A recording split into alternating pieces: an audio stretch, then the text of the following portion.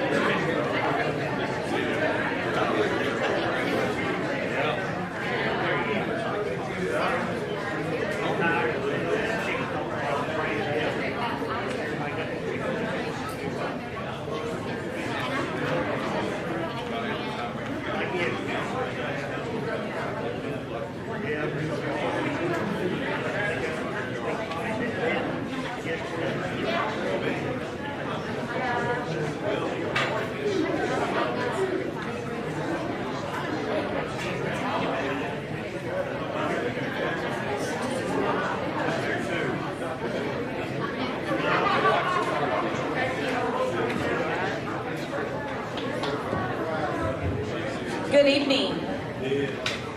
We'd like to welcome you all here and thank you so much for coming. We appreciate it very much. For those of you who may not know me, I am Lisa Grooms. I am the new superintendent here at Pocahontas, and like I said, I'm so pleased that you are here tonight and that we can share some information with you and hopefully shed some light on some things if you have some questions.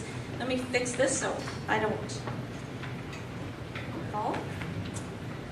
All right, so we're going to get started here.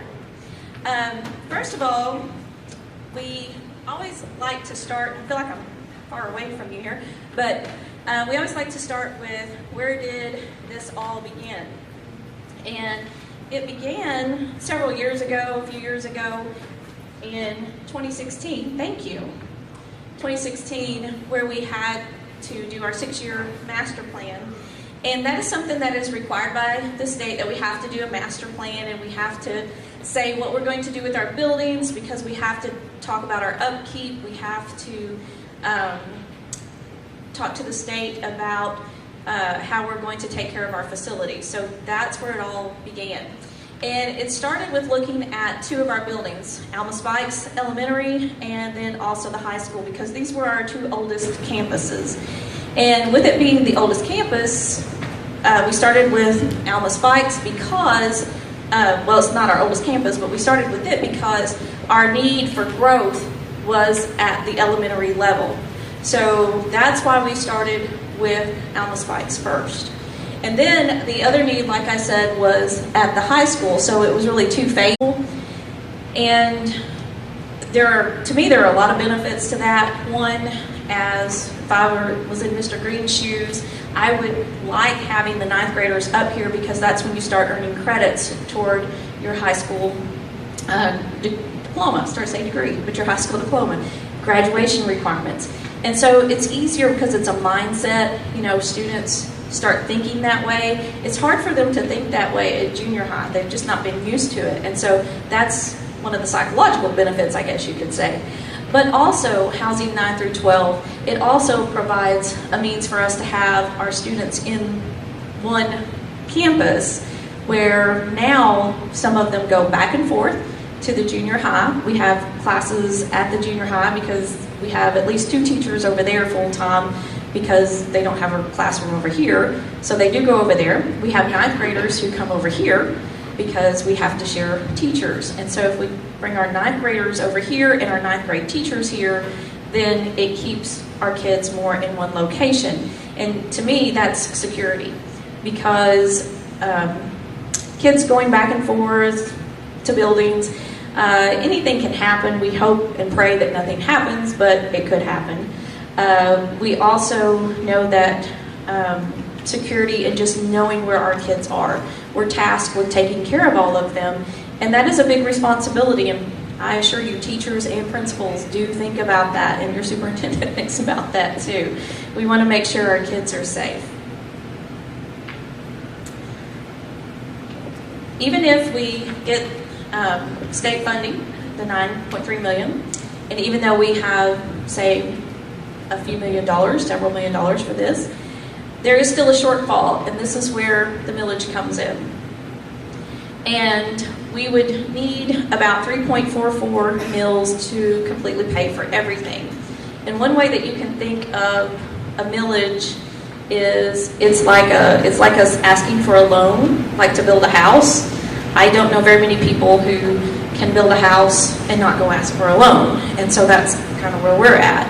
We have some funds that we've put aside, but we've also received some assistance, but we still need a few funds.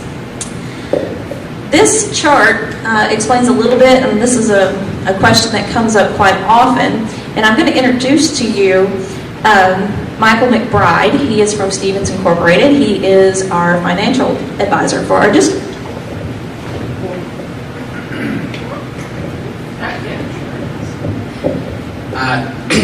Thank you all for having me this evening. Again, my name is Michael McBride. I'm with Stevens Inc. out of Little Rock. My firm represents, let's see if we can fix that, about half the school districts in the state of Arkansas with this type of work. I personally work with 35 school districts in this part of the state. So when it comes to this type of information, this is sort of my expertise. Ooh.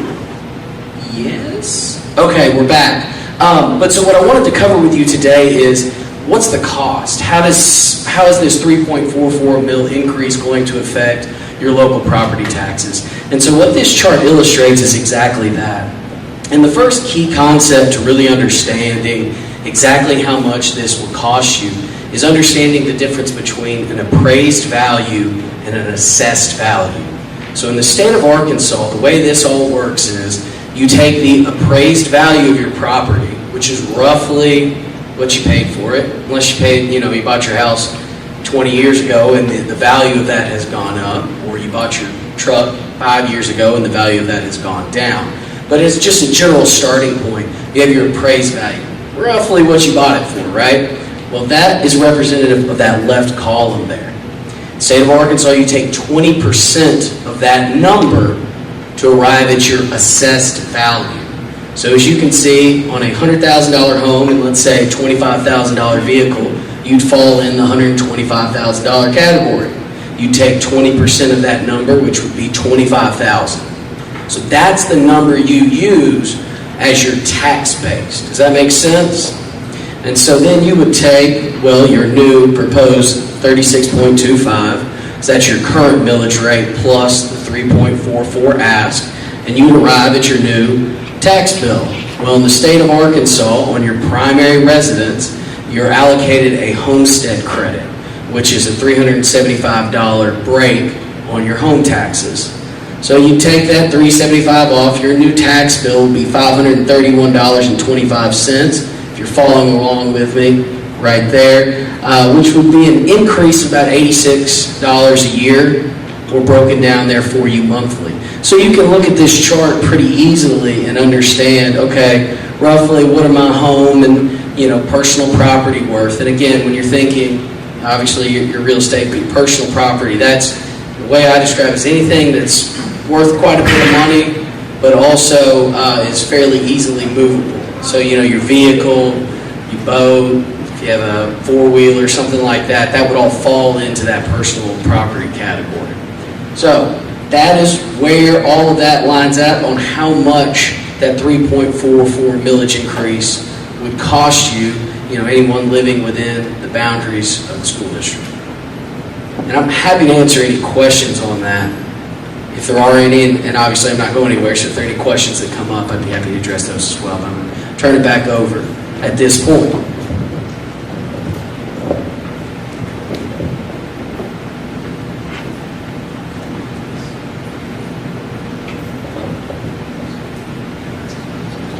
All right, so what would this process look like as we begin to build a new high school? The first part would be tearing out the age portions of the high school and starting to build back anew. What would we do with our kids during that time? Well, I have worked with principals, and we've sat down and we've tried to come up with plans about how we could do this. We've walked through buildings and looked at classrooms, and we think that we have a plan where we can keep our kids still on our campuses here within at the junior high and at MD Williams, and be able to have our kids in close proximity so that we know where they're at, what's going on. We also would plan to be using our math science section, our newer section that I told you that we were keeping, and we would be able to put some students in that area. We've already talked to our construction crew about that, and they said yes, that would be possible. We would also be looking at keeping the Family and Consumer Science building that is the closest, which home ec to most of us, the Family and Consumer Science building that is closest to the admin building while we're in this process. And that would also give us another couple of classrooms. So really looking at using what we would have during this process to kind of keep our kids, like I said, close to us. And that would help keep our kids together.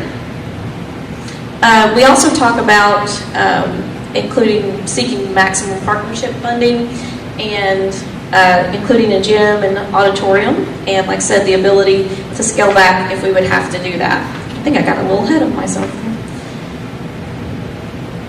All right, the needs for the high school. Right now, classrooms are we do not have any extra classrooms at the high school. We have 2 labs that have been used as classrooms, and we would also like right now, I think we have 21 classrooms in the high school in the area that we're talking about, and the new high school would have 32 classrooms. And so, but you also have to remember we're bringing 9th graders over, so we would need the extra classrooms with that.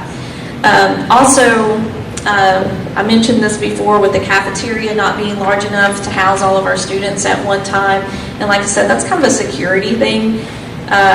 Just making sure that our kids are together and that we know where they're at, but also while they're at lunch, it's easier for our teachers to be able to be with them and watch them. Also, during COVID, and I just bring it up because it's here again, year 3 of COVID. If you'll notice, we have on the seats, we can only sit every other seat, and so that limits our space too. So we also have had to make multiple lunches instead of doing just one lunch and having our kids spread out. They're spread out, but we also have to know where they're at and keep up with them for that reason as well. I mentioned security, and security is an issue. We do have 9 entry points, and you may think, well, where are those at? But you can go around the building and you will find them.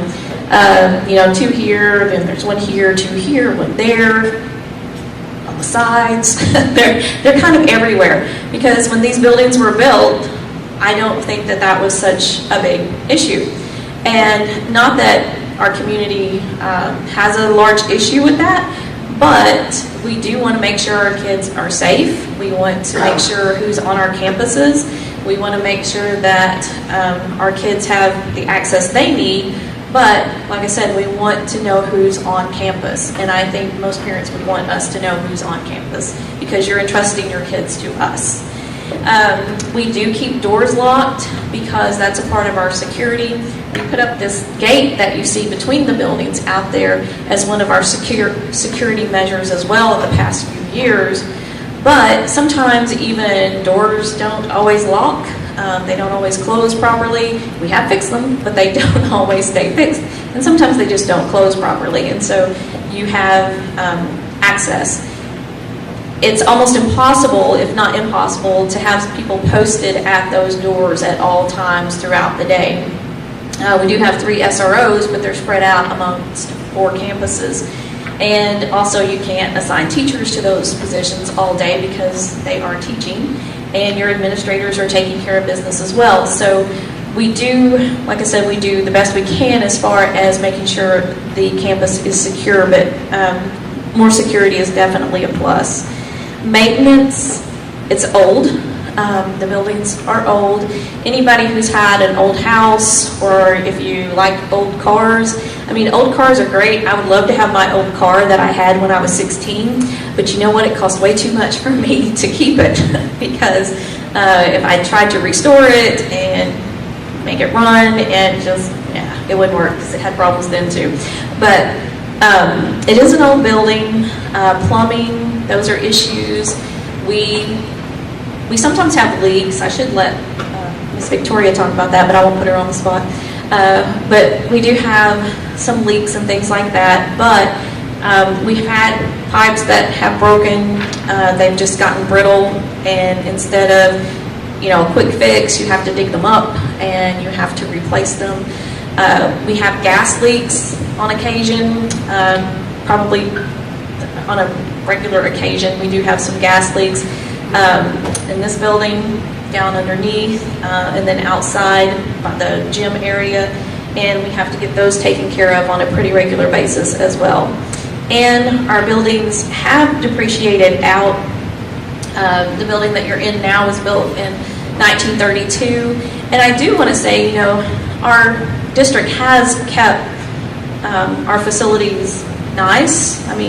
Yes, they are nice, but they are small. It doesn't meet our needs. We can take you in the kitchen and let you see the kitchen too if you'd like to see that tonight. But and also anybody who wants to go on a tour and see some things in the school, I would gladly do that. I'm sure Mr. Green would as well. But the buildings are older, and it's just upkeep with them. We do have several leaks in the building. There is a leak that's always in the kitchen, and I'm sure Miss Victoria could show you the bucket because every time it rains, we get the bucket out. And it's up kind of above on a shelf there. But the reason we have to use a bucket every time is because we can't find the leak. The building is so old that there's so many layers up above us that when it rains, and it's guaranteed it's going to leak when it rains, but when it rains, the water comes in, but it goes through all the layers of the roof, and so we don't really know where the leak is, and so that's one of the issues, and that's just one of the issues. But just so you kind of understand what we're talking about when we say there are leaks. And there are leaks in classrooms, water that comes in the classroom, teachers nodding yes, because that happens.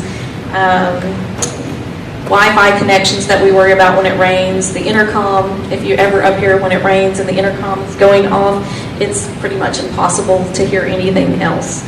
And like I said, anybody wants a tour, I will gladly show you that. Our proposed new high school, this is the design, which we do have some drawings over here, architectural drawings that you can see on both sides of the salad bar. And I'm also going to ask, Miss Grayson Bigger is here with us tonight, and she's going to talk to you a little bit about the school and community.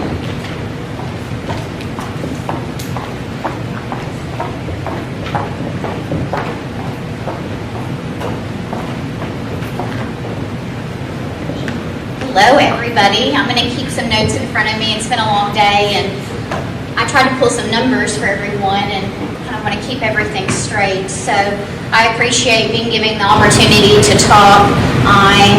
For those of you who don't know me, my name is Grayson Bigger. I am from Paragould originally, but married a Pocahontas native and adopted this as my community.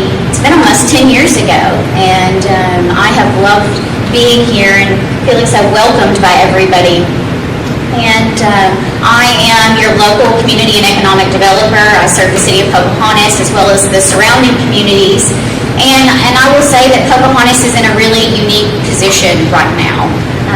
I also think I'm here probably because I do not have a child in the district. I'm going to put it on record, John Allen, that I don't plan to have a child in the district. So that gives me a bit of a unique perspective. Alex is over there cringing right now, but so this means a lot to everyone, and it means a lot of different things for people.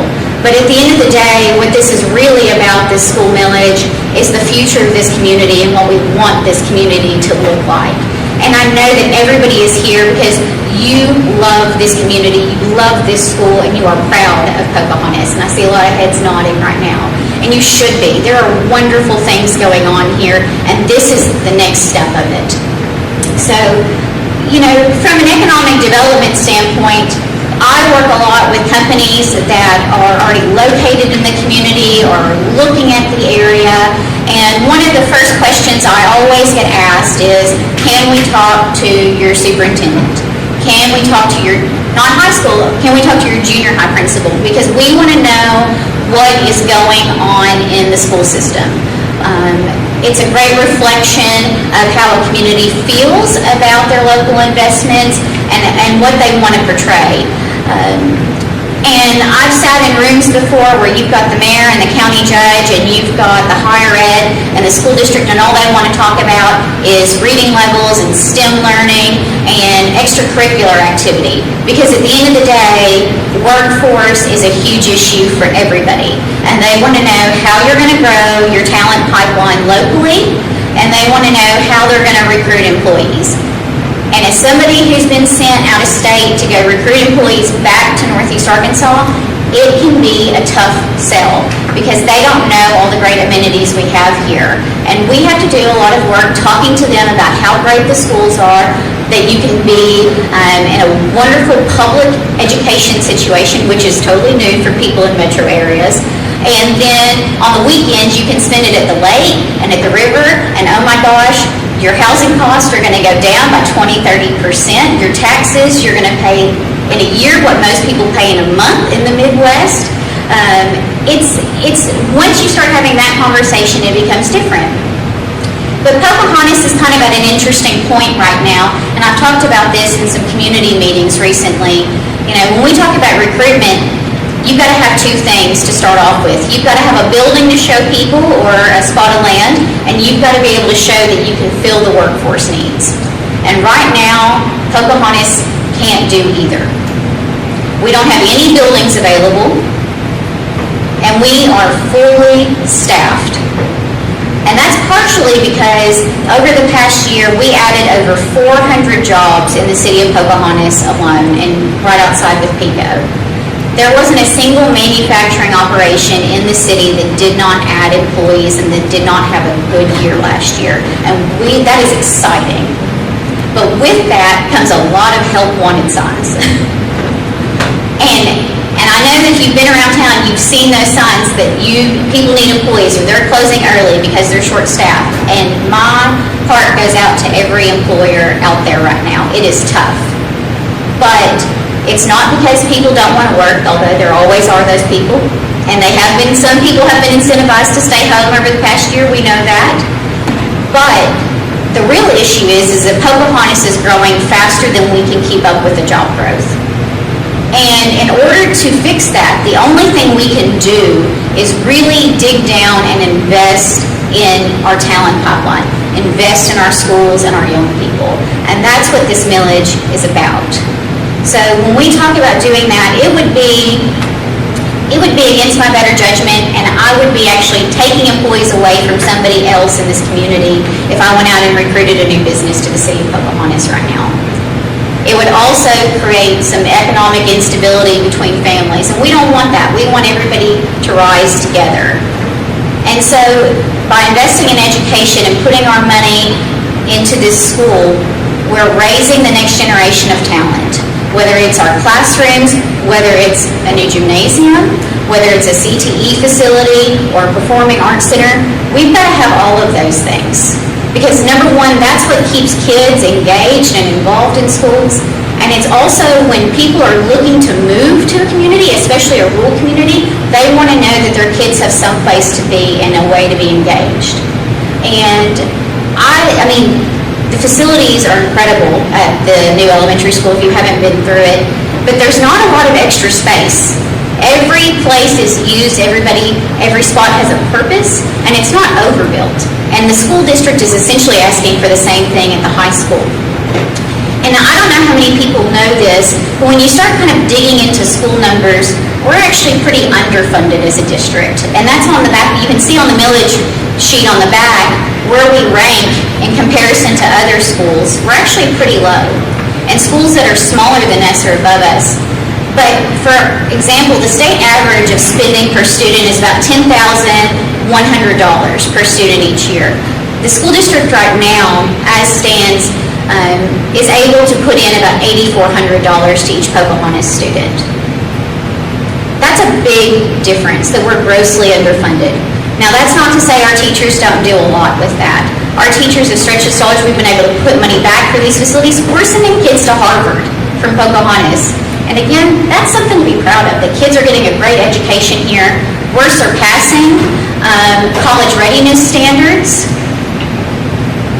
We're seeing kids go through these TOPS programs that are going to BRTC, and they're going directly out into the workforce and making a great job. And we're seeing those economic impacts in this area.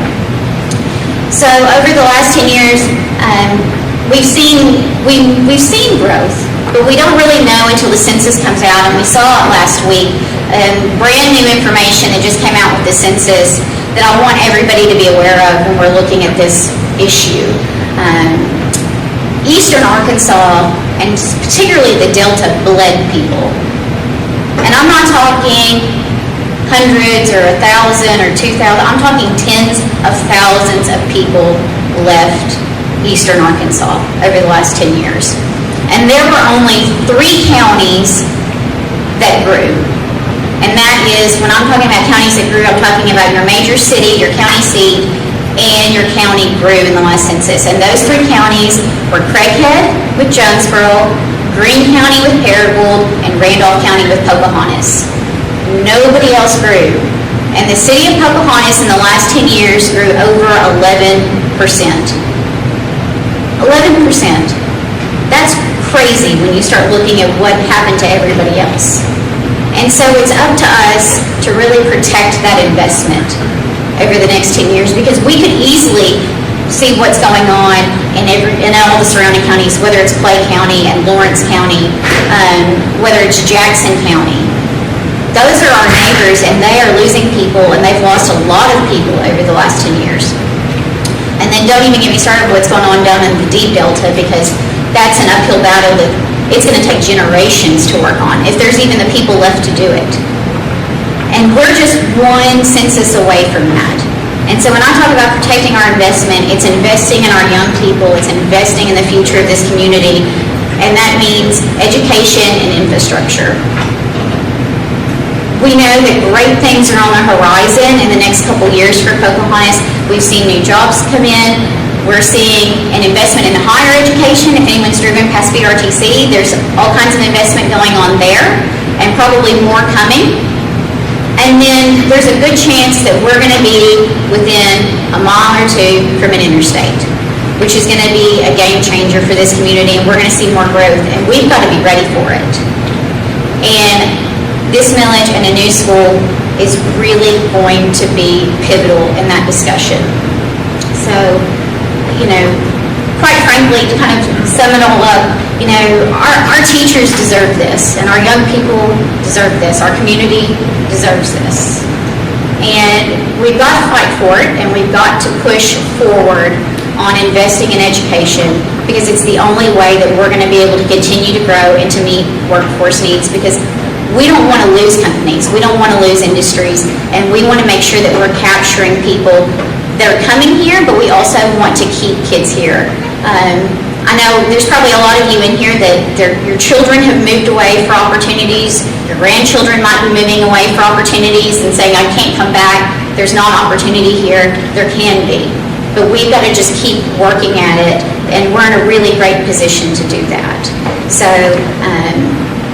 I know, like I said, I know there's a lot of issues here, and I know people are worried about their taxes. People are worried about the increases in their assessments and their appraisals, and quite frankly, the average home price has gone up about 12% in terms of sales over the past year.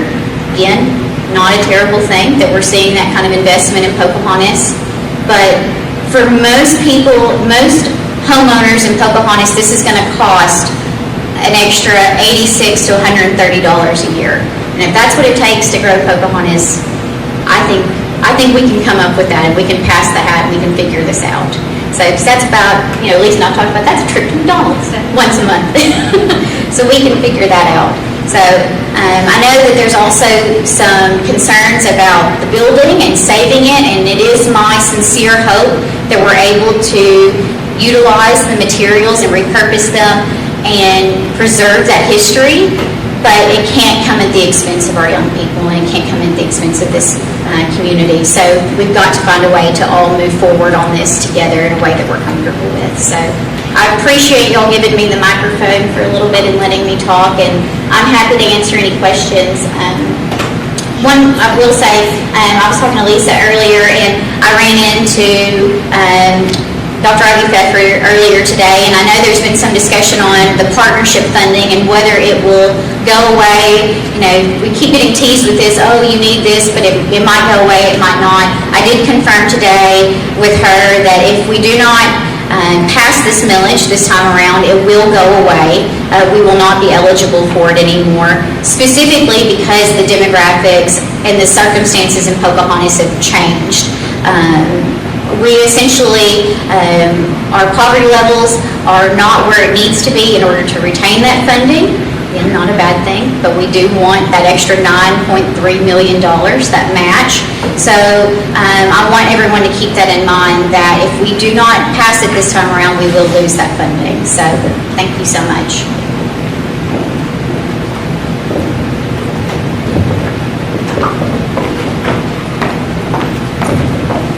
And I do want to kind of go off a little bit on what Grayson just said. When PICO was in its original, I guess in its beginning phases, I did take families on tours of our school because they honestly did want to see our school system and what we offered as far as buildings go. And I will tell you, there were some that came here, and then there were some who did not. That is very true that they do care about what our school systems look like and what we have to offer. And we offer, a lot of things, but we can always offer more. So at this time, I will, if you have any questions, like I said, Michael McBride is here with us tonight. He is our financial advisor. Grayson, like I said, is still here. If you have questions, and I'm here. We have teachers here. We have quite the variety. So even bus drivers, yes, there is one right there. Yes, sir. Can you explain the funding part? You know, there's 9.3 million and there's 5.7 that's already saved. What is the 16.8 million bond issue? And you add those three together, you get right at $32 million. And absolutely. And so, as we were mentioning earlier, you know, it's impossible for a building project of this size for someone to just go out and pay all cash for it. So what you're talking about there, the 16.8 that's listed there, that's going to be a loan that the district's taking out. The annual payment on that loan is what is going to be offset with the 3.44 mil increase. So the amount of money that's coming in annually on the 3.44 mils will match up with how much that new annual bond payment will be. Does that make sense? And there is some fluctuation of that. It could be that interest rates change slightly and that payment's not exact, but we'd have to fight Arkansas state law and let us change how we can call these elections and all that. But so that's the calculation. So when I do this with any school district, I say, well, let's look at it's always the three buckets, right? You've got the bucket that you've saved up. It's got the bucket that the state has allocated towards you if you're lucky enough to be in that category. And then the remainder of that is, well, that's what we're going to probably have to borrow. And so then we figure out, well, what is that project going to cost? And you kind of work the math there, and you look at the assessed value of the district, and then you can determine what the millage ask needs to be. Yes, ma'am. Okay, is that $9 million, is that based off of the $3.8 million? Like, does it have to be, do we have to spend $3.8 million on this school in order to receive that $9.3 million? So, I'm not sure what you're talking about with the 3.8. Okay, so whatever the current projected cost or budget of the new high school is the $9.3 million from the state specific to that amount. So what that is, so let's take it a step back so we fully understand. The state funds districts. They have this facilities funding program, okay? And so what that is a district has to, and we're talking about the master plan and all these types of things, they have to submit all these documents that say, this is what we want to do. Well, then the state runs a calculation based off the 98% wealthiest districts in the state. I don't know why, that's what they do. And then they determine how you fall in that category. Then they only fund you with what they deem academic space, okay? And so that, they run all these formulas to say, well, this is how much space you need for the number of students you're projected to have over X amount of years. And so they look at what you need, and then they fund you on that comparative to how wealthy of a district you are. So I guess my point is to say, to hopefully answer your question more directly, that money has been allocated specifically by the state for only academic space comparative to the number of students they project you will have in this district now and in the future. Does that answer your question? It does to a certain extent. I guess ultimately my question is, if we were to do this building in more of a phase rather than just, huge millage increase right off the top, would we lose that long term? If we were to begin now in a smaller phase of it rather than just... Yes, the direct answer to that is you would lose those funds. You may be able to retain a small portion if you were to do that small portion. That money is if you don't take that money, there's 60, 70 other school districts in this state that would stand up and take it today. So the phase and the rollout, it's really hard to ever keep up with the pace of construction projects, because I always see it, that's how people will do it with their own home, right? You maybe, if you want to do some remodeling, maybe you start with the kitchen, it's just a completely different animal when you're talking about a construction of a school. Because you start on one phase and, well, you've got your construction manager here, okay, he's got a foreman, he's got his whole crew here. Well, if you work on that phase and you say, all right, well, we're good, we're gonna wait a couple of years before we do phase 2. Well, now you can't really spread any of the costs around. So you're just gonna increase the overall cost of your project substantially. Then the other issue too, and the reason the millage ask is so low this time is because interest rates are so incredibly low right now. So the cost of borrowing money is incredibly cheap. With that being said, that allows you to get as much money as you need to do this project today and still maintain a lower bond payment or a lower loan payment. Does that make sense? So if interest rates were a point, 2 points, 3 points higher, this millage ask would have to be, 1, 2, 3, or 4 mils. I don't know exactly what the number would be, but it would just continue to increase. So that's why all these things, you're really at kind of this perfect pinch point. You're getting this money from the state.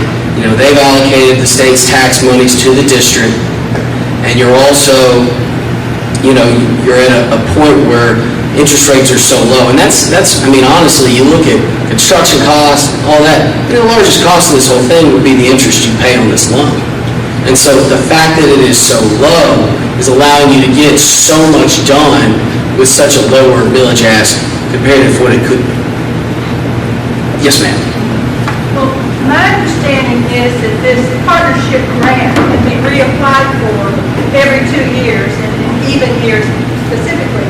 Now, you may tell me that that's wrong, and, No, that is correct. And so, when you say that this $9.3 million will be gone, Well, can it not be reapplied? yes, well, it could be. The main issue here is the facilities program has changed the way they are funded. They are moving away from anything specific to growth. You would fall out of the category. They felt as though they have put the money in this area in Northwest Arkansas more, and this isn't their direct line, but I'm just talking in general.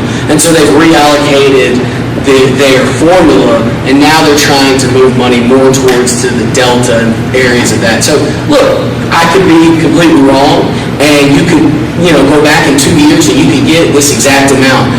My understanding of the formula and how you would stack up in it, just what Grayson was referring to earlier, you would not get the same amount of money. Now, you may get $5 million, you may get 10, I don't know.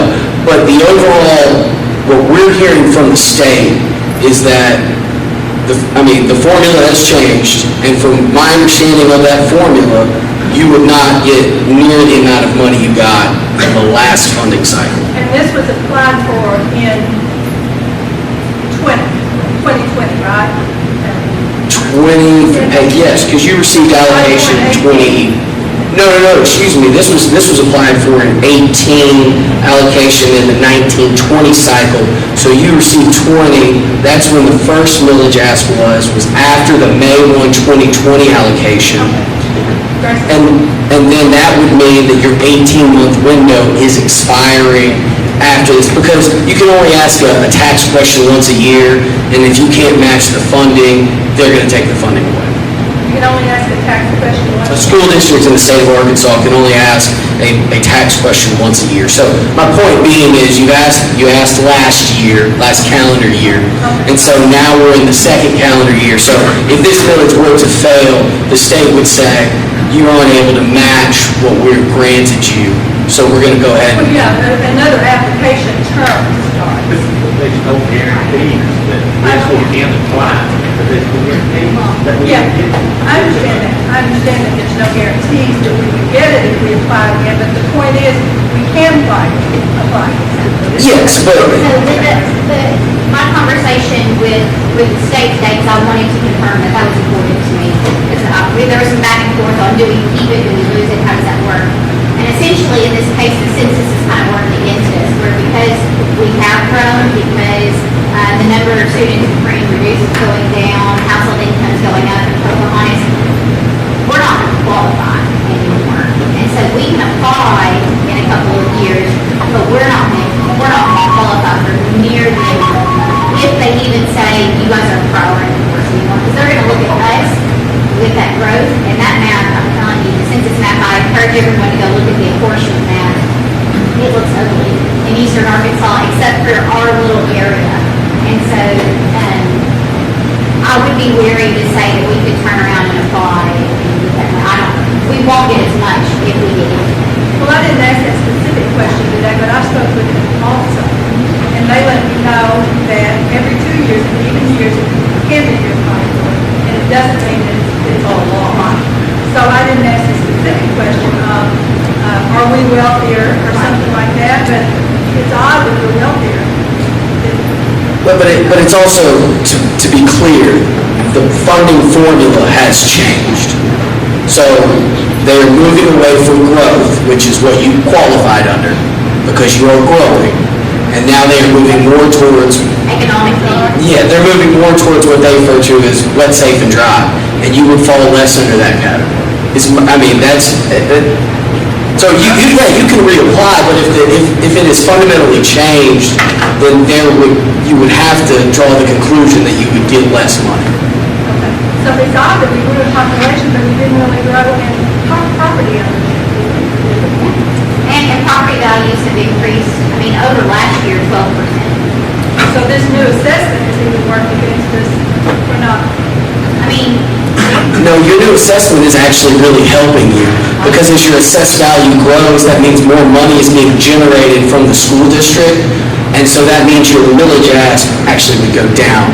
If anybody in this room runs for public office, would you please simplify the taxes in this state? Because they are so hard to understand, Yes. He raised his first, and I'll come back. Someone in your position, financial superintendent, tell us what the basing our taxes on the school district versus what it was. I'm having trouble hearing. Percentage of the building. I'm having trouble hearing you. I'd like to know, tax base in the school district, the assessment has gone up. Can someone tell me what the base is before and after the assessment, and how much difference there is between that and adding the bill? Does anyone know what the budget is? We're all talking about increasing things. what do we base it on? What's the base? Right, what are we basing it on? That's part of our. When you say what you're It doesn't basing, make any sense just to put a millage in, if your base all of a sudden jumped up, you've got all the money you need. Are you basing it on 2019 taxes? oh yeah, it's 2020 assessment, it's the most here, let me get on the microphone. No, we just got reassessed just now. Yeah, absolutely. So the way the process works in the state of Arkansas is your county assessor goes out and assesses the property, right? You then pay taxes the following year. So the most current numbers we have available are 2020 assessment numbers. And those are the numbers we've been using. Now, keep in mind, if you have a $100 million assessment, right, that's $100,000 that would be generated off of 1 mil. So if you go up say $5 million, you're actually talking about an extra, $5,000 that's being generated in additional tax monies. The tax numbers? The base number. What's the actual base assessment? Base one, Yeah, base. I've got that right here. Isn't this the same amount that was asked for last year? Correct. And the reason we're able to do that is because interest rates are so low. Your assessment went up slightly, but interest rates have gone down, which gives us the feeling that we can still accomplish it with the same number. So, had interest rates gone up, we would be in a situation because you've had this increase in building prices. But don't the taxes we pay in starting in January, starting next year, the taxes we pay in next year because of this assessment they just now got are going to increase, which will increase what the school gets, right? Right, but I guess my point is, it's not as big of an effect to the bottom line.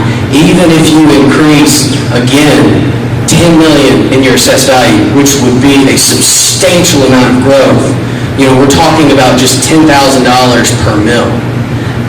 I know that sounds crazy, but that's really the way it breaks down. It's not, you're talking $4,000 or $5,000 extra dollars as you jumped from, let's say, 130 million to 135 million. So $5,000, we're asking less than 4 mils. I mean, on $17 million almost in construction funds, that's just a drop in the bucket. I mean, the annual payment is nowhere near that. I mean, that we're talking about, really the wash at that point. Let me ask you to see the numbers. And when you say, One more question, it's kind of a root of a lot of us being here. I think you'd have a lot easier battle if someone would make a little effort to save this building. Because some of us are going to fight you all the way to the end if you don't put an effort into saving this building. And we're going to put up money, we're going to put up whatever we have to, fight it. If this building was saved, I think your assessment would go right on through, I think the village would go right through. As long as you refuse to save this building, there's going to be a group of us, a large group, that are going to fight. Those are just basic facts. so just to answer your question, the 2020 assessment, I was incorrect, it's $185 million. It's up from $179 million. So we're talking, 6,000 per mil that has increased. If that makes sense. Yes, ma'am. So it's growing, so more Correct. income is going, or more is going into the school district. Okay, so we mentioned PICO, so the poultry houses, they're continuing to grow. Every year, their assessment seems to go where they're working more, and there's more houses going in. And lots and lots of money have been going into the school from the poultry houses. Is that not making a difference, or is that just a drop in the bucket? Because it's not a drop in the bucket coming out of my paycheck. Well, and I understand that. That's also, so it's a number of factors, right? If it was not helping the school district, I don't believe your school district would be able to save the amount of money they have put back for this project. So if they had put that money back, if they had been good stewards of the money, then, you'd be asking for a higher millage increase, because instead of having, $5 million saved up, you gotta borrow the $5 million. So, they clearly have money put back to where they can move forward on that project and not borrow nearly as much money, which is decreasing that millage ask. Yes, ma'am. Just to understand the numbers a little bit better, the partnership from the state is putting in $9.3 million. Correct. And then we have a building fund of, let's say, $5 million. Correct. Well, the $9.3 million, as I understand it, is what the state determined would be 58% of what an adequate improvement would be on the school year. Of the academic space within that. And so, yeah, and so you're looking at 14 or 15 million for the academic space, but you're asking, your whole budget is for 30 million. Right. Now, is that extra 50% essentially for the non-academic spaces? I would have to defer to Nabholz, the construction manager on this. That's way over my skis. I'm just a finance guy. Might not be the construction company. What's that? I was told that Nabholz might not be the construction company. But whoever the construction company is, or whoever the architect is, that's who I would defer to on that question. But you all should know if you're asking for 30 million, yet the state seemed to deem that 15 million would cover what you needed for academics. I've You know, done if you're asking for that, dozens and dozens of these. There is never a time when the amount of the project is exactly what the percentage is. It just doesn't work that, because you're talking about academic spaces. It could be that they don't determine, the cafeteria having X amount of, she told me today that cafeteria and PE spaces were often included as academic. sometimes they are, sometimes they're not. It depends on what they're funding you for. So, it could be that, look, we're talking about a world of school choice. Kids can go wherever they want to go. If you don't have things that are going to draw students in, you're going to lose them. And so it may be that there are other spaces out there that are not included in academic that are vital to a school district. We're talking about double. Your budget is double the amount that the state said, you needed for an adequate high school? Again, I'd have to defer to the construction manager Well, on that seems like that. a lot to me. If it was another 25%, that wouldn't seem. Well, again, I mean, you know, it's, But it's 100%. what is that, I mean, it's just kind of like a gut thing. It doesn't matter. I mean, ultimately, it's what the board has determined is needed for this district after years and years of analyzing the growth potential.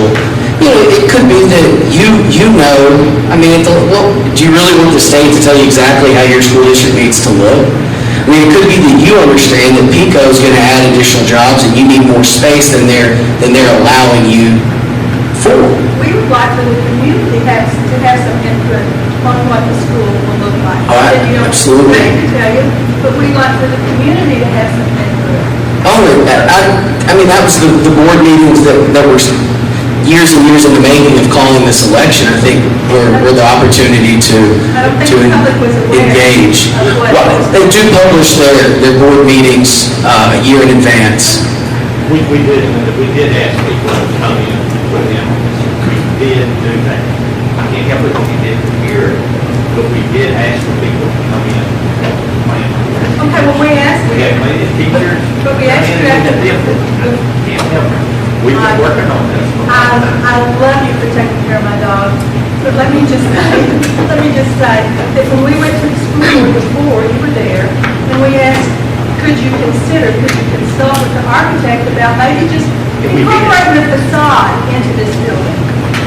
And it never I did, and I come back and I told you what they all said. What did they say? They said there's no way that they could build it. No, that was Navajo's, that wasn't the architect. I talked to the architect. What did you It was Navajo's and the I told you that they wouldn't do it, and you wouldn't believe me. So me and Jerry, the superintendent, we went, it took us a month to talk to all those people. We called him back in, and we showed them to you. I thought this was on our side then, to apparently. Well, But I did, I talked to you, so don't deny that. Well, I know, I remember you talking to us, I really, really do. There's some other people there. But it just seemed like it didn't make sense that an architect wouldn't enjoy doing such creative, that keep our school unique. Well, so a couple of points to make about that. I don't know you. I'm Jim Tony, I'm on the Oh, board. hi. of the president. So, It's really nice to meet you. so in talking to the architect and Navajos and discussing saving this building, they went in and looked at it and estimated that to renovate this building, it would cost over $500 a square foot. Now, that's an estimate, but over $500 a square foot. Navajos talked to several different contractors. They all said that they would not touch this building. They wouldn't bid on it, didn't want any part of renovating this building. Also, partnership money could not be used for it. Well, I understand that because the state has agreed that this could be decommissioned, which means it's not used for student use. But they also said, Jim Payne, that they wouldn't take away money if we let this building. But to spend more than double the amount of money on this building, where we could spend between $200 and $250 a square foot to build new for these kids. Oh, I understand that. I That, understand to us doesn't seem like the best management of the funds for the students. Were you able to- That's what we strive to do in our job. Were you able to consult with the Department of Heritage and Preserve Arkansas about it? Because I know that she had communications with the superintendent and never heard back from her, saying, Rachel Peck, saying that we want to work with you all for preservation funds, and we believe that the building's worth saving. Certainly, it's on the list of the most endangered places in Arkansas, this building is. And she never heard back. Have you ever consulted with one architect? Yeah. Only one architect and one construction company? Has there been a second? It's our construction management company that works with a number of contractors all over the state. So they have a broad band of contractors they work with, and they consulted a number of contractors, and this was the estimate they came up with. And no contractor that they talked to was interested in any part of doing a renovation on this building. So the estimate that they gave us, they said it might be that, it may be $600 or $700 a square foot. if we could even find someone to work on it. There are preservation architects in Little Rock that work with the Department of Heritage and Preserve Arkansas that I think have construction companies that can work there. There again, back to the funding and the amount of money that it would take, it seems like a misuse of the funding as far as what it would cost in trying to obtain the need of the kids. But we're talking about getting grant money to do it. Just leave this out. We're under a time crunch. We don't have time. Oh, I just want to say, number one, I appreciate your passion for history in this building because it is special. I went to school in a building just like this, and I remember doing that. And it comes with its challenges. And they did not say the background that I went to school in. And so I understand why it's important to you, I really do. But there are examples across the state of taking some of these older buildings and the materials from it if they're not able to save the structure and use it in the incorporation of a new design. But Grayson, they didn't do that. Well, no, but here's my question. If that was a compromise, that was something that was looked at when we're taking the facade of this building, we're taking this rock. The familiarity and all that stuff. So if the preservation people could speak with the school board and they would genuinely try to do some incorporation like that, we'd be glad to talk about it. High school is still going to be, and it's going to be, we do this village, it's going to be greater than what it is right now. So when those people come back, Well, you know they're what? going to come back to something Mine. great. I just want to say something, and Linda knows this is the truth. Our school board, Mike, and our superintendent, my name is Jean McBride, I am also on the school board, met with Linda and some other people from preservation. Yes. Nothing that we have offered would they accept. And Linda even told me it was a slap in her face at some of the things we have tried to do. So I feel like that as a board, we have tried to incorporate some things, but we cannot afford to lose $9.3 billion over a building that is not meeting the needs of our students. If your vote gets voted down, you're going to lose the 9.3 Yes, million. we will. How many So square it's feet is that? really scary in the long run. How many square foot is this building? Our students, our community will lose. How many Not square you feet and are I. in this building? How many what? You said it's 500 square foot, surely you have Around 16,000. And then I would just like to say, You're talking about 2 stories. I don't remember if it's you really only- really offered us, but you're giving us a flat tax. No, we offer to use Because the you know what we rock call a market? in some of the structure. We offer to put, I think that we need one person to see it.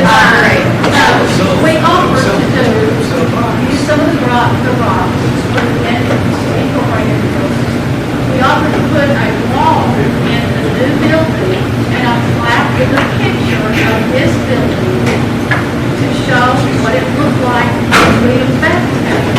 That is not sufficient. And we were told, no. No, we like the ideas, we just didn't ever get any other feedback about it, you know. Well, you got Or any design that showed us, you know, anything. But that's beside the point. I mean, you know, What I'm saying, don't, please, do not think that we have not tried. And I will tell you this, our responsibility as a school board is to be good stewards of our money and to use it to the benefit of our students. And that's what we are trying to do. I'm sorry, I went to school here, Linda went to school here, Gary went to school here. When we were in school, this wasn't our portion. It was a state of our affairs. It's not the same as it was when we were in school. I graduated almost 55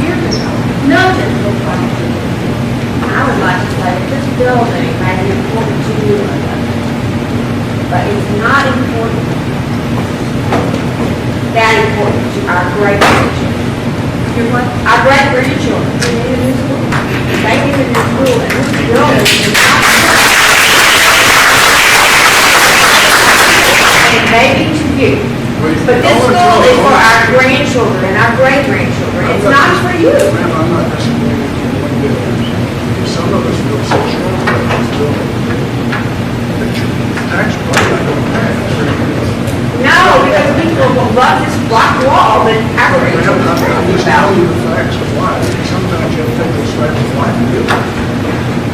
If we want to build a new high school, we need to do what's necessary to build it. I agree with you. We need a new school. Where are you going to put it? You don't want to have good beer. You only have a certain amount of property, so where would you put that house? This is 2 stories. 2 stories here. We have to move on. This is about our grandkids, not about you, not about me. I understand that.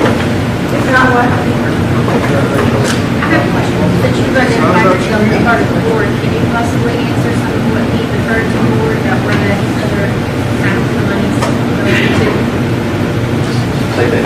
I'm sorry, what's your question? We can't hear you. I think, well, since they've identified as part of the board, he deferred the question earlier because only half of it's academic, so Linda asked if the other half was what's it for. I don't know the exact percentage, but the percentage that she told us, I'm not familiar exactly where that number came from. Now, there's a gymnasium, there's an auditorium, and the rest of it is for the academics of the kids. I mean, this thing has been, the things that Michael talked about, we're trying to build this to best accommodate the kids, and to draw the kids in here for all the needs that they have, and the wants that they have, to educate them and give them a good learning institution. So it's not just classrooms, no, it's not. That is the majority of it, but there are other things that are involved. One of the things I can add is that, you have to have PE, so it's the gym equipment. That does not include electric or anything like that. So the gym would have no electric. We have to have that. Right? It's small. We put, I don't know if we've got the numbers talking about. You could probably get 500 people in there. They're like a junior high school. Well, if we're talking about building a gym, we've got to accommodate that. So there's where that extra part. Having that extra. You've got to, yeah, if you're gonna, and another thing, one I can tell you on, as far as where this set, this answer to your question. Now, you asked a good question. I never got an answer, so I know, but I want to, when we came out with this, and I guess I've been on the board longer than anybody, and we've been on this year, looking at housing and everything. And as Michael said, the stars line up now. It's the footprint. That's the issue. It's the footprint. you're right. Boy, I've come out here, I've stepped it up, I've spent many hours out here trying to figure a way. We didn't have to tear this thing. Can't they just cut the front off and leave it? The way it's drawn up, but I'll be decided to do, we're gonna keep the map and sign. There'll be a wing go out here if you look at the diagram. It's 2-story. That was my idea. Let's build it here, 2-story. This is our home. The Pocahontas High School block. Tear the other one down, build it back. If we had to go out and buy land to build a high school, what's the cost? Pretty expensive, $50,000. All right, when you draw it out, we took it all the way to Ben Rock Road. Once you look at the diagram, it goes all the way. We pulled it back to even work for the architect. I sat down and read it myself, assessed it. Anyway, we could keep that off the road. He said, no. But he said, because we actually are going to go past it. And when you pull it out like this, if you look at the diagram, you'll understand the trick. There was a lot of effort put into not being able to do it. But the footprint is there. You have to have those. It's nothing against the building. My kids went to school here. It's nothing against the building. We love it here. But it's just not feasible. And the architect, well, the architect drew it in. We had to draw it 7 different ways. I mean, he's made an effort. He said, guys, he said, you've got to have Did you make an effort to draw the facade of this building in? Did it? Just what? on the new building. No, right here, did you make an effort to draw on the new one, he did. I did not know. Yeah, sure did. We talked about going in the entryway. Somebody jumping on me again. What, could that space out there be used for building, or even the baseball field, softball field?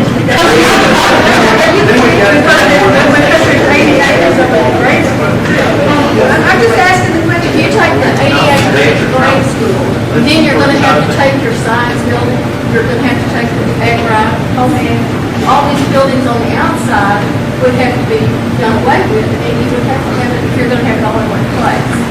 You can't leave these buildings. So you can't build out there? If you build out there, you're gonna put Salt Street, that's what the girls. I don't, first of all, I'm asking to put all I'm doing is Yeah, it has been. there would be no room actually, that's a city street. That's what? That's a city street. But there's not room. You look at the space, it's going to take a hit. And another thing, we're connecting to a $3 million building right back there that we built a few years ago. And I want to remind you, I've been here longer. We've spent over $40 million of improvements this district. There's not been one tax. Not one tax. And it's a situation where, we got the people I really, that's gonna get the hardest people like you. They're young farmers. They got assessed more. This man right here is on the board. He owns chicken houses. This man owns chicken. He knows what it's like. He pays taxes in 3 different school districts, and all of them are a lot more expensive than Pocahontas. It's going to be fun. It is a tax increase. We're going to keep our school. It's great. We've got a great school here. Just recently, Jim and I said at a meeting, and a very knowledgeable person, I won't mention it, is an attorney. He said Pocahontas is the flagship school district. Right. Well, I'd like to compliment you on how nice. We want to work with it, and we'll work with anybody, anyway. But the people, like I say, it's going to have to pay most of it. I feel for that. I know it's people like this. I agree with that. It's trying to get started. I would like to add to that too, like before, we're in a similar position ourselves. So, Grayson earlier was talking about sort of how it's been breaking down. And you threw out the idea of that's hardly more than a McDonald's trip or whatever, twice a month or whatever for the average person. I would disagree with that in the sense that I would want to know, how many people are renting in Pocahontas versus, big property owners like, Overman and Forts or anybody who's a farmer like that. It will, to just arbitrarily throw out, we've already had an average of maybe 5% property tax raise over the last appraisal. To add whatever this is going to be, maybe a 10% on top of that, it's very, very significant from many people. We don't disagree. I know that. But we don't have any means of change. Exactly. This is all we have to work with. But I do feel like it needs to be said. I didn't want it to not be said. Well, I don't think there's a person that's running agrees that the schools are funded better. I think the sales tax, there needs to be some clear. There's no question. That's true. Guys, we just deal with what they give us. We're trying to get the best out of it. We don't have to stop on we don't have a way to control that right now. We have to work with it. There's no way that, that we can change that. Honestly, we have tried our very best, and other people on the board, Dick Song and James Ray, are still on the board here, and Daryl Blackstead, a lot of times, this was not something brought up overnight. And boy, we've been effort. That's fine, and I will go on record, as I said a while ago. We tried over the years, even back in the 80s and 90s, to build stuff that you got. We improved this building, and this probably cost. These values they put, she had on the door, was minus 61. They can't even say, this is what your values were. You're zero. Or below, you better be talking about your building. So we patched things, and Ms. Greg's talking all about gas, but we have gas like leave right in front of this building. They told the pipe guy, I actually have a picture of it. It's a gas pipe that big around and had a hole like that. I asked him what caused it. He said, age, it's just the ground, the sediment, what the hole is. He said, had they been inside the building in the 5 feet, he said, it would block the building. There's things that they do, it's like that. But on this valuation, I want to touch on that a little bit, she talked a little bit. They get to that, they evaluated, I know we can pull us back up, but the gym here, actually went over to the first, this is 61% below. They're saying, see, like, you've got to submit a plan to us. We have to submit a plan. Look, you went over the 2014 and the second division to the website. What are you going to do to make your school more staff? That was charged with we started. That's why we came up. We were always watching to see we're going to have to build around. So all of a sudden they come up with this partnership plan. The governor, Governor Beasley, put $188 million into this fund. We drew off of that on that. The next biennium, the amount was How much? 80 million. 80 million. From 188 million. So it is Folks, reduced. if you don't get it in this cycle, you may not get it. Some districts got some. That's how it is. And that has changed. But we built, we tried to do this.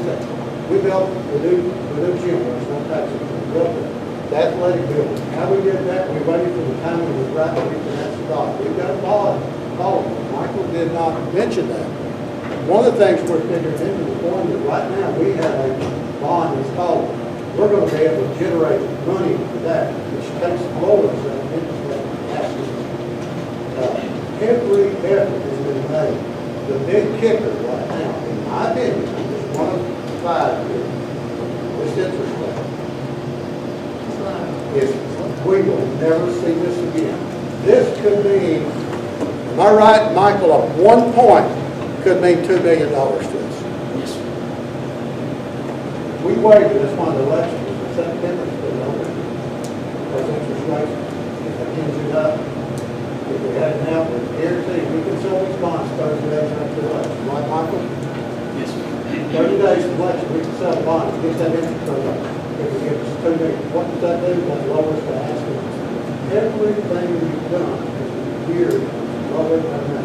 So, that's what I want to say. Well,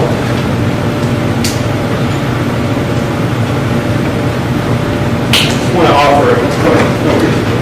Okay, I just want to say that I work for the school district, and I can certainly vouch that we are busted at the seams. I'm fortunate to work at the new elementary school, which has helped so much. But we have 2 girls in high school. They're 11th grade this year. My only regret is that they belong in the senior school. But I had the occasion to come into the high school this morning. I have not been in this high school in years. Of course, they came 10th grade, but because of COVID and everything being shut down, I didn't have an occasion to come in. And when I walked in, I was like, oh my gosh, this has aged so much. And our kids deserve better than this. My wife and I just bought our first home in Pocahontas, and so we are invested, not as invested as you are, and I understand that. But my dad's a farmer, chicken farmer, and in another part of the state. But of all the things as a community that we can stop to invest in, I cannot see something this bright slip through our fingers. This is exciting. It's an exciting thing that my daughter could go here. My wife's a art teacher here. She works in a building that dates back to the 50s with no running water or a bathroom in that building. And the one ask that I had of superintendent when she came was put a door that could stay locked because of security, because she had her back directly to the choir, and there are so many issues. We're not even talking about accessibility. Can you imagine being in a wheelchair, trying to get inside of this building or go down into this main hall? To me, that's a disgrace. It's a disgraceful situation that we put these kids in. I love history. I love preservationists at heart. I went to school in 2 WPA buildings that no longer exist in the school district. But at the end of the day, what matters the most in my mind is the fact that at one point in the 30s, someone had the vision to build something for the future. And I don't think when they built it with the understanding that it would be a eternal memorial. Buildings last for a certain period of time. I want them to last forever. I wish they'd last forever. But the truth is, until someone wins the lottery, it's just not going to last forever. I wish it did. I wish the ones that went to an Huntsville passed. They used the materials, built a tasteful memorial that kids that went there can go and remember. But honestly, it's those memories of the time you spent in those buildings that mean so much more. I've never gone back to look at those rocks because the rocks don't mean much, but the memories, the friends matter. That's what really means something. I would love to see a financially feasible way for that to happen. But I trust that it can. And so I'm excited. I think this is an exciting opportunity. I would love for my art teacher to have a concert that's not in a gym. Man, what an idea. It'd be fantastic.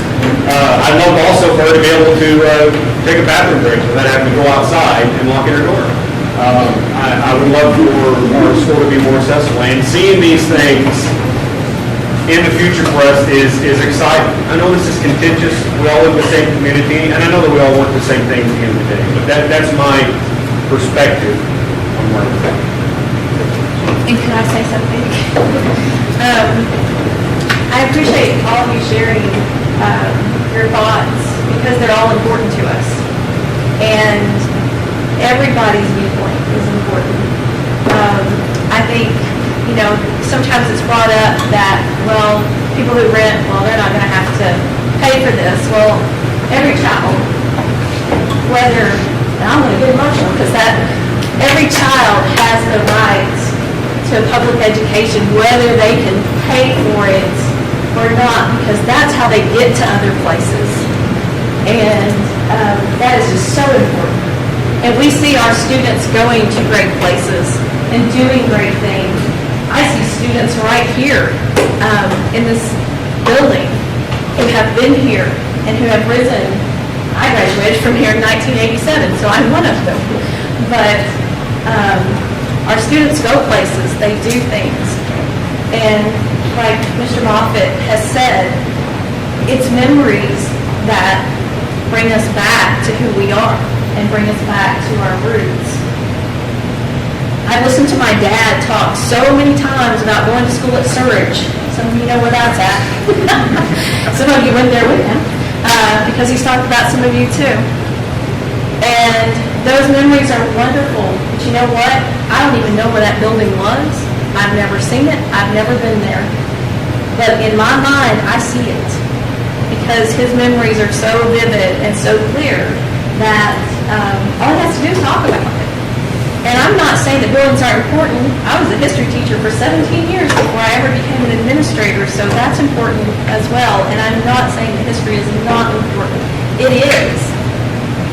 But it's how we look at it. And I think I've heard some students, say some things. They understand what the history is. They understand the meaning of it. But I think she said it a while ago, it's not necessarily about us, but it's about our future and where we're going. I also want to just throw this in here too, because for one, the state does not throw out $9 million just to be passing it out. They actually came to our district and went through our buildings, and they deemed that it was more cost efficient for us to go the route we're going versus trying to renovate. And so that's one reason that we have chosen this option as well. And so, like I said, being good stewards of taxpayer money is important to us. And like I said, opinions, viewpoints, those are all important to us. And we want everyone to know that. And we know that, yes, if you own property, that, yes, you may pay more than others, and, we're here to listen to what you have to say. But I think part of what we do as a community is that we can come together and that we can talk and that we can share. And at the end of the day, we all need to be on the same page about what's important. And I think that's where we're at, is we've got to figure that out. So, and I know we do have other teachers here too as well, so I don't know if they want to say anything. I am not going to put them on the spot. I'll just say something. All right, there you go. I'm Melvin Henderson. I've taught here, this is my 22nd year here at the high school. And I teach in a building beside Miss Moffitt that I have a program, the alternative program. We have no bathroom and we don't have a kitchenette, which is part of the things that the state asked my program to have, that we just can't do that. So we don't have that there. This year, I have a young man who is starting school who broke his hip and left wrist right before school started. Today, he needed to go to the high school office. To do that, he had to leave my building, roll up to the front of the high school, use the ramp to get in there, go through the building, go out the back side of the building, down the back half on the ramp, come to this end right here, and get in the front door and roll down just to get to the office. That's ridiculous. Ma'am, some of us used to have to walk.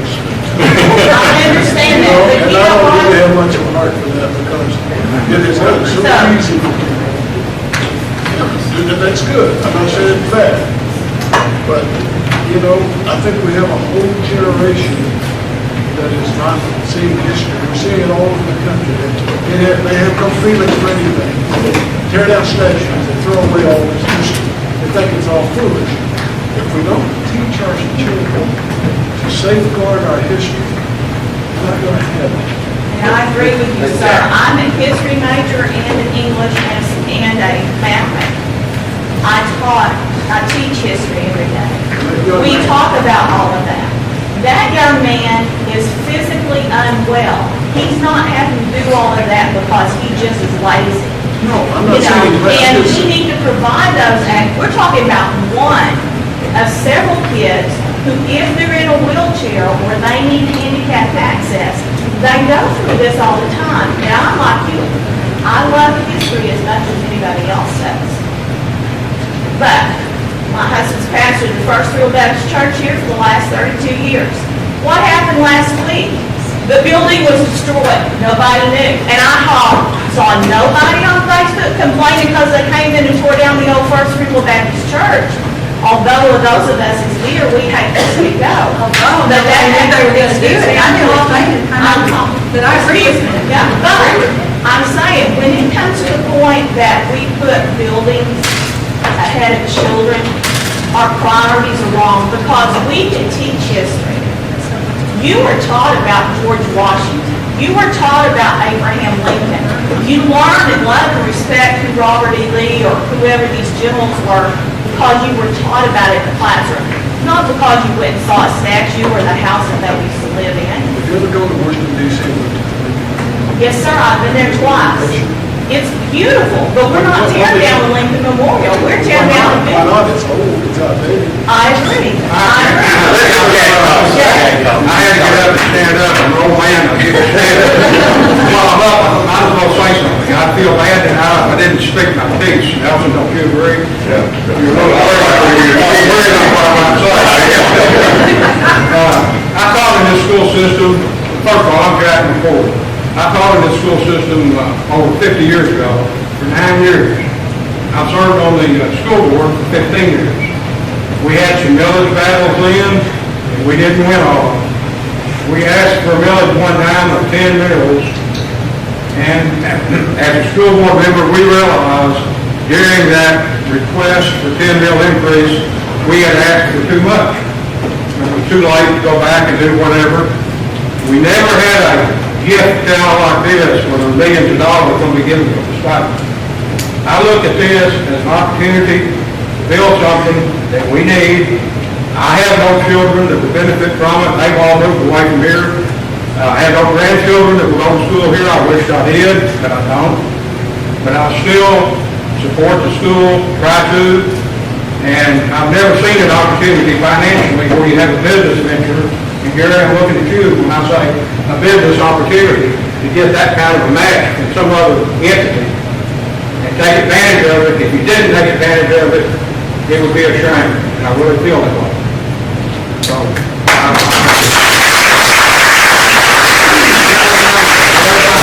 and let me say this, the old courthouse is wonderful. I like preserving history when possible, but when the 9 years I was here, I didn't have any fond memories of this building. And I don't know if you know that.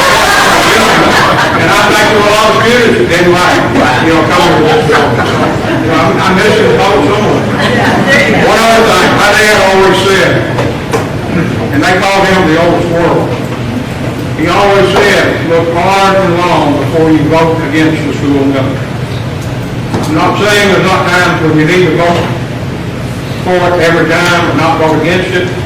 And I'm just saying, if you use that saying, look long and hard, and if you can afford it, even if you don't know if you can afford it or not, I think it's a golden opportunity. And can I ask a question? Maybe Gary can answer this. Okay, I'm sorry. Oh, I just want to say another thing. It was not made a big deal, it did not need to be last year, but in the middle of the day, in my building, as scheduled, the classes were transitioning, a young man who is not a member of this school district come marching in my classroom to see a friend with a loaded hoodie front pocket that I didn't know but what he had guns in there. We need the security to protect our students. I was fortunate enough to get him set down. My parents took my kids out of into another room and locked them away from him. The Miss Grooms and the SROs were right there, and it was safely handled. But it could have been so much different. And I don't want the students that I work with every day to have that kind of risk happening to them. That is why we need an enclosed building. Can I ask you a question here? We've heard some talk, and of course everything you hear is not right. In fact, everything you all hear about me is not right. If the village doesn't pass, can you still build the building? In other words, with what you're getting from the state, which they say is 58% of what you need, can you still get the building with what you've got in your building fund? You would put the 9-3, you won't get all that. Yeah, I think that the bond issue, that you can make it plain simple. We need $16 million from the bond issue. And is that, and when you say bond issue, is that the millage That's a increase? 3.44. That's the millage increase. Now, had we not had this, now, and I think Michael would back up, we would be looking at 8.5. We'd be asking for 8.5. If you hadn't gotten the diapers. Right. Okay. Yeah. Okay, And that's kind of what I wanted to know. that's right. Yeah. And, you know, We just have to stay For here. the record, nobody in historic preservation in this town is against the students or against good facilities for the students. I don't think it- We really do feel that this building is important to just saving the facade. And if I had an architect that didn't do what I wanted it to do in the plan, I might look for another architect and say, build a building that incorporates this Well, facade. I think, and I may speak up here, because that was talked about extensively. I think where it came into it, it was going to be very expensive. The architect, we kind of got to the point, you don't correct me if I'm wrong, we were talking about maybe building a freestanding wall inside the court that would have pictures of the building. Sure. All the history Yeah, of the we building. appreciated that. Things like that. I think the problem was, he said, where are y'all going to get the money to do this? Because I'm he talking said, about that from the beginning, though. yeah, but he said your state funding will not cover it. It's not here for the facility. And I think we got lost in the shuffle, really, to be honest. I think there was some thought that that wasn't acceptable. Well, I thought, I think we got the word got back up. No, it's not acceptable. We lost contact somehow, and I'm So, not exactly sure. I was hoping that, our hope was, we could work out some type of, we're willing and want to make a memorial of some type. We want to, do whatever we can to preserve. hypnotic expense for kids. And it really came down to that. We need the space, we gotta have the space. But as far as the rocks, anything to be done, and another thing to make it very clear about those, I know what you're gonna say, on those the slabs. block. I've had people to ask me, and a couple of good friends of mine asked me, why are you grinding up my pipe? I said, no, it's not. We have voted and donated those to the Historical Society. They belong to them. Move on. We never got anything in writing about it, so you said it's something in writing. But It's something in writing. But hey, I'm just gonna tell it like it is, you know, like I said, we all know each other. We had the construction company came out, and we took them out and showed them, and said, how would you get those up? And we know, Jack, you know, it's hard to pull up concrete. They told us that it'd be very hard to get up. They said they've done it at Earl. And they came up, some came in 2 pieces, some came in 2 pieces. They stored them. That was what another company came and did. But they stored them, and he said, that's where they're at. But anyway, I just want to make it very clear, those are going to be hard to get up. I know, and they're gonna cost the Historical Preservation Group a lot, and I don't even know that we can raise the money to do it, but send us something in writing, because we never got anything in writing. Okay. What's in the board? So, I would like something in writing. I mean, that way we'd be notified, I mean, they're not just reading the board minutes online. Thank you. The board minutes from that meeting, would that be? More or less, Okay. that you're not, that you, if you don't get the millage increase, you won't proceed with the building. You won't be able to proceed with the building. Now, that don't mean something's going to be done. I mean, you do understand, this is what the state told us in 2014. They tell us, you need to be making plans. We are held to a standard. Jack was on the board a long time, and he went through a lot of construction. You're held to a standard. If you don't meet those standards, what happens then? We don't know. I can tell you one thing, if it don't pass, this room has to appear before the board. That's good. From my understanding, if it doesn't pass at this time, this will be our, like I said, our last time with the little over $9 million, I would have to go to the state and talk to them about it because like I said, the state has been here, they've looked at it, and they said it would be better to start over, basically, tear down and start over than renovate. And there's not a sure answer here because they can't tell you what they would do, because believe me, I've asked. I've asked more than once, okay, what happens if this doesn't pass? And like I said, there is not a sure answer because anything could happen. You mentioned, could we apply again? Sure, we can apply again. But it's like Michael has said, and also what I've heard from the state is that things have changed. The formula's different, it's a little tighter, their direction's different. So more than likely would not see that amount of money again. They might, well, without a doubt, because I have to do this in February anyway, is I have to say, okay, what's our plan? Because we have to, as I said, we have to have a plan of what we're doing with our facilities, and that's, every school in the state has to do that. So it would be part of our plan about, okay, we have these issues, so now how do we fix them? And it might be, I think somebody said, like a gradual process of what we could do, but there is just not a sure answer with that. So I'm not going to say, I don't want to say that it's going to be exactly like this, because we don't know. We honestly don't know. Well, the thing about it, if you look at that chart, that's what they're saying needs to be reformed. All right, as a group, we've talked about this many, many times, how do we address this problem? And with with Elm Spikes, you know, that issue, as Mr. Grooms alluded to, we want to do this work. This is our motion to be, but we receive funding on growth. Growth projections has us at 2,500 students in the year 2025, is that correct? That's right. 2,500 students in the year 25.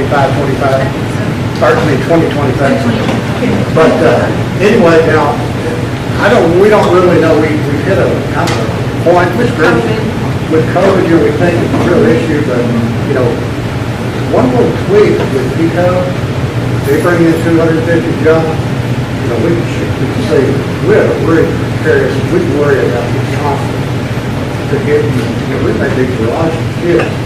Well, you move those kids out of town, we first started off with that elementary school being pre-K through 4. Before its construction even started, we had to petition the state before 4th grade out of there because the numbers had just grown crazy. I mean, we've got teachers, you know, they teach 25 kids in a student when in elementary, but we don't want to. They learn better if it's got. Okay, that's the reason we had to do that. We come back to this, how are you going to address this? Once this all started coming together, that's when you see this plan, and we were talking about the 58%. That's called a wealth index. That was assigned to us. Come back, you got to do this. Okay, once you look at it, it didn't include, you know, anything. Nothing for our drama. I mean, they got the drama building, because it'd be included in there. We got all these little buildings out here, choir building, that we included all that in there. That's not fluff, that's neat. And then you had a gym. Can you imagine? Be honest, can you imagine? We could get roasted. We built a gym without any seats. You know, I mean, why would just pass an 8 mil tax to build a gym? Just imagine. Highland passed the tax for a gymnasium. Look at Highland School. They got a great gym. We're focusing on all of these things, and we can get it all in this tax. And we can get it all for 3.4 million. It's crazy. It's unheard of. Anybody would ever tell me in 25 years, I've said on this board, if we could get something like this, $32 million worth of facilities for our kids, for 3.4 million, I think Jack get what he said on it a long time. We do a lot of the same issues. We're going to have to build this week at some point. I mean, honestly, we built it 5 years from now, with no state funding, what's it going to cost us? This building alone right now would cost us $8.5 million if we didn't have the money. It just comes down to your economic sense. We want everybody to be happy. We're all a good kids. I love this community. I really do. I've been in Chicago school for over 40 years. And all of you, everybody that's running, I know. We're all in this thing together. This is just one of those deals, yes, I wish we could say this good. I wish it could still be here. But for all the reasons why, you know, we talk about that. But we're getting something for 3.4 million. And it's a win-win. And like I said, the biggest thing, I think, in all this, and I've got 2 board members that are opposed to farmers, is people like our young farmers that's getting started. It's going to be, but it's going to be an investment in the future. And, but it is what it is. You know, we can't change the laws. That's all. With the new high school, it should last, I mean, 30, 50 years. You got the new elementary, that should last 30, 50 years. And B. Williams and junior high are relatively new buildings, which, unless our numbers go out the roof, we should have no more, very little construction going on now. Here, can I say something? I'm Neil Baker. This is Colorado. And we got 2 girls that go to this school. And I went through this school. I graduated in 79 of this school. And I was on the payroll at 79. And I know a whole lot about this school. I know the history of this school. But this rock building right here, it's sentimental to lot of people that, I don't know if anybody's noticed or not, but the state is about this close to condemning this building. This because it's unsafe.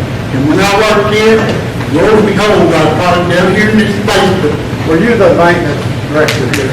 But Did you do the maintenance in this building? I sure did. Okay, I did. Till when I grew up, and I worked 4 years, my last 4 years for this school district. The senior program, main college, stuff like that. And there's a lot of damage to this building right here. And there's a rock wall down here, about halfway through this. It's where the custodian room is. I don't know how it is now, but I can take my 2 hands like that and move that whole wall. Well, I'm sure you know what you're talking about. Yeah, but what I'm saying is, I pay my taxes and pay them good. But if anybody cannot pay their taxes, or will not give their taxes, to let the kids have something better than we got, they're folks. And I probably chewed off a little bit to time to hell. If I think I'm willing to give it all to the kids. Because I give my girls everything. And if we cannot give them girls school, when I graduated from this school, they was, they come in factories in town.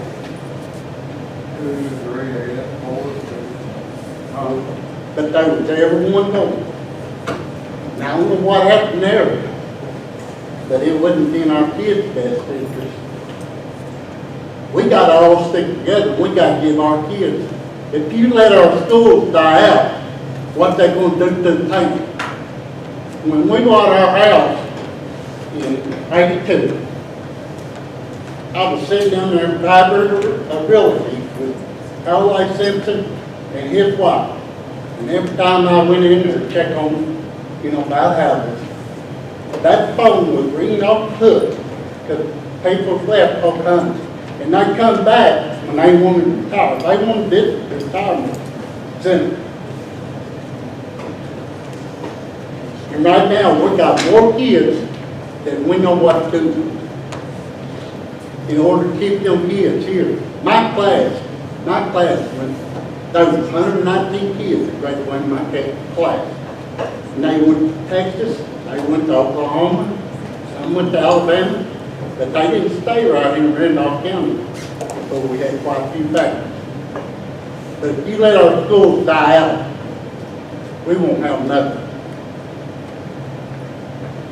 You know, who would you favor that right there? You only have one. There's one point I thought we were talking about this. If you understand how the dynamics of the population, student population is, it's in the elementary. In our thought process, the reason this was last, and I didn't finish that one, but it's important that you know this. They're coming up through those elementary grades. That's why we have to do the fourth grade back. And not because, of course, we just have the kids now. And now they're going to be gradually going into MBW. My granddaughter is in the 7th grade. There are 200. 206. 200 what? 206. There's 206 kids in 7th grade. Where are they coming to your schools? They don't fit. That's another reason, because facing history, do you understand why this is something that didn't take that type of process when like it did? I've had people wanting to go to high school courses, they didn't know. And that's the reason for it. It's strictly driven by student population. And those kids will be over here. Now granted, usually what happens, when you get those 180 kid classes, we've seen traditional ways when kids do everything. You're going to end up with, 150 probably out of 180, but still, it's a lot. But there's a big population of kids going into MD right now. And so that's why this kind of set up like this.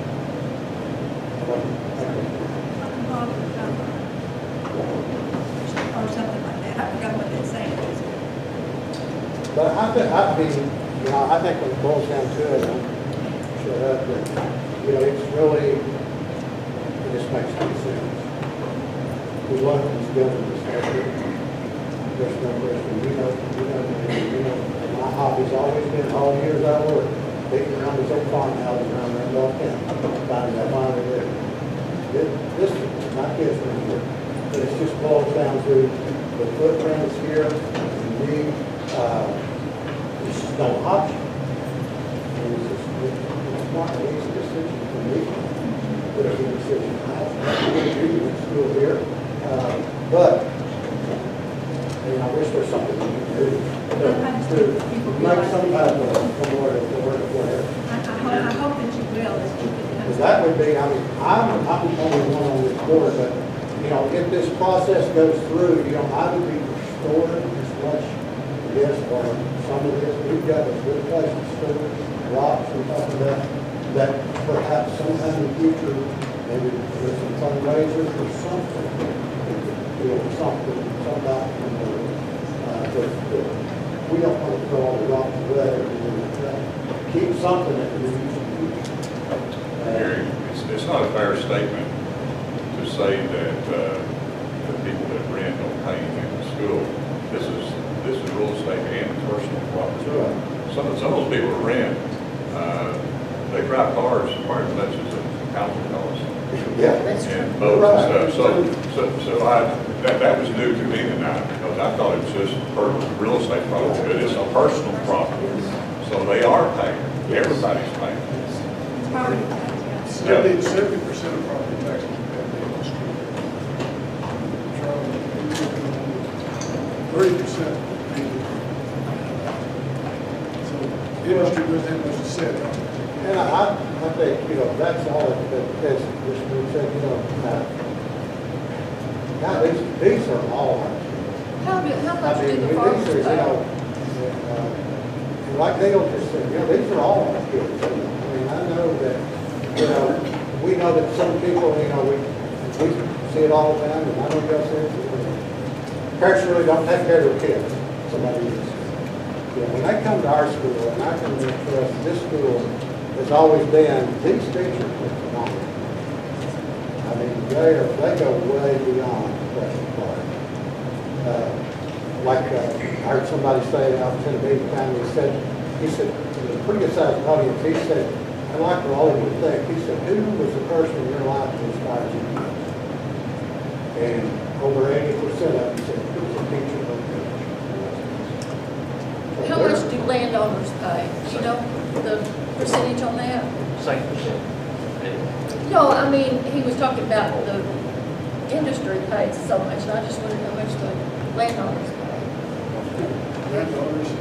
How's that based on? Well, we could call the county assessor and have them, 'cause the way they break it down is in real estate, personal, and utility property, which, I mean, but we could call the assessor and maybe get a general idea of that. They might be able to look. It's broken in because part of your tax goes to the library. No, part of it goes- It That's would not what I'm be talking hard about. to say what size you can call a farm, is it 100 acres, 200, you know, it'd be hard. Okay, I just wondered, I'm not worried about the tax, I'm not worried about that part. I'm just wondering, Gary said that the industry pays what percentage? It's about 70%. 70%? I don't believe that. You say 70? We have a farm community like this, and most people don't realize, farmland's a cattle. I think it's $255 an acre. Is that right? No. No.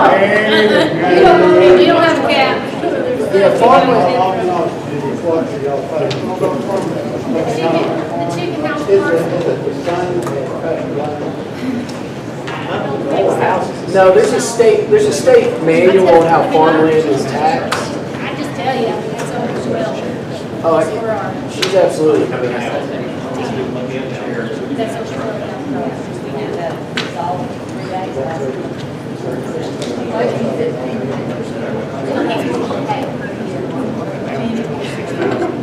It'd be how much we need for this? It was $1,600 extra just on the chicken house program. So we need another $1,600 for business. good figures out about it would be, it would be about $150. If you were over, but if you're over 100 acres, 700 acres, would it be taken care of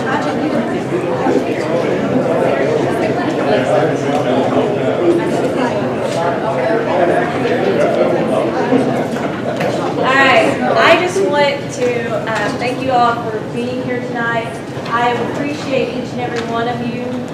And as I said, as a community, we do need to come together and look at what's best, where we're headed, what we want for our community, for the growth of our community.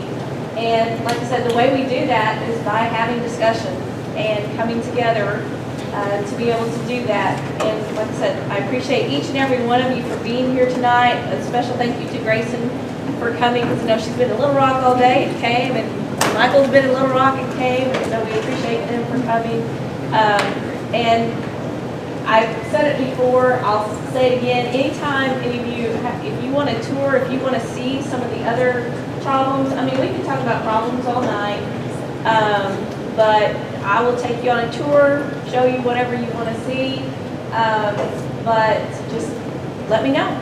And I'm sure that there are a lot of people in the school that would be willing to share with you anything, any questions that you have as well.